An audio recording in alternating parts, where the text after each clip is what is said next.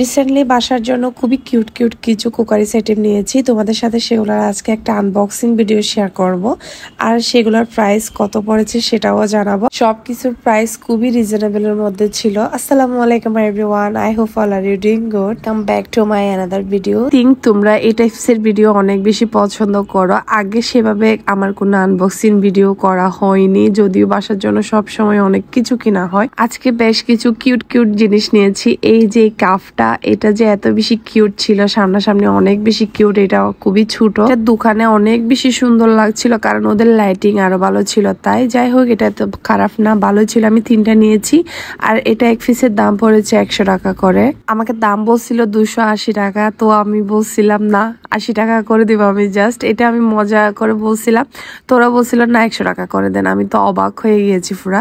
তো যাই হোক, এই যে কাপগুলা কিউট না, কাচের গ্লাস, তো একটু বেশি পাতলা, মানে সিরামিকের না আর কি। এরপর সিরামিকের কিছু বাটি নিয়েছি, আর এই বাটিগুলো ছিল 100 টাকা করে অনলি, আর এগুলোর কোয়ালিটি খুবই ভালো ছিল। আর এগুলো কোথা থেকে নিয়েছি সেই ভিডিওটা দেখতে হলে আমার পেজে একটা ফলো দিয়ে রাখবেন। আমি পরে দিয়ে একটা শপিং ব্লগ শেয়ার করব, তো সেটাতে দেখিয়ে দিব। তো এরপর আরো একটা গ্লাস নিয়েছি, আর এই গ্লাসটা এত বেশি সুন্দর ছিল। এই ফুলের মধ্যে আরো অনেক রকমের ছিল, তো আমি এটা নিয়েছি জাস্ট। আর এটার দাম পড়েছিল মাত্র 280 টাকা। আর এটা 2 লেয়ারের একটা গ্লাস ছিল আর কি। এই যে দেখতেই পাচ্ছেন এখানে। আর যে ভিতরে যে ফুলগুলা দিয়েছে সেগুলো একদম কাঁচা ফুল ছিল।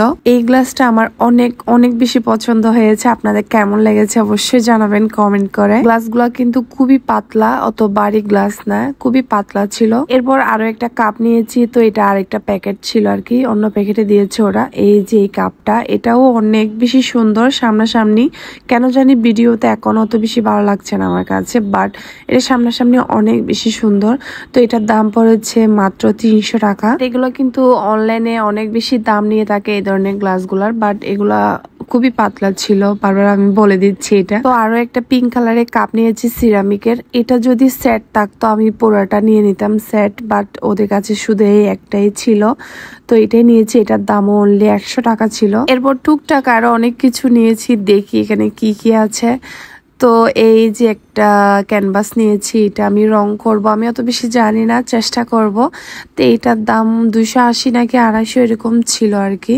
এরপরেই তো কিছু ক্লিপস দেন মার্কার, এগুলো এমনি জাস্ট, তো এখান থেকে আমি 2টা ইউজ করে ফেলছি অলরেডি। এরপর একটা ছোট রং নিয়েছি, তো এটার দাম পড়েছে মাত্র 30 টাকা। তো আমি এত কম হবে মানে ভাবতে পারিনি। এরপর আরো কিছু জিনিস নিয়েছি, ক্লে নিয়েছি, তো ক্লেগুলো ছিল মাত্র 30 নাকি 25 টাকা করে। তো এগুলো হচ্ছে আমার ছেলের ফ্রেন্ডের জন্য, একটা মেয়ে ফ্রেন্ড আর একটা ছেলের ফ্রেন্ড, তাদের বার্থডে, সো এগুলো ছিল বার্থডে গিফট। তো তার জন্য এই নেলস আর চুলের ক্লিপ স্টোন গুলো নিয়েছি। এরপরে একটা ব্যাগ ছিল, এগুলো খুবই কিউট কিন্তু দেখতে।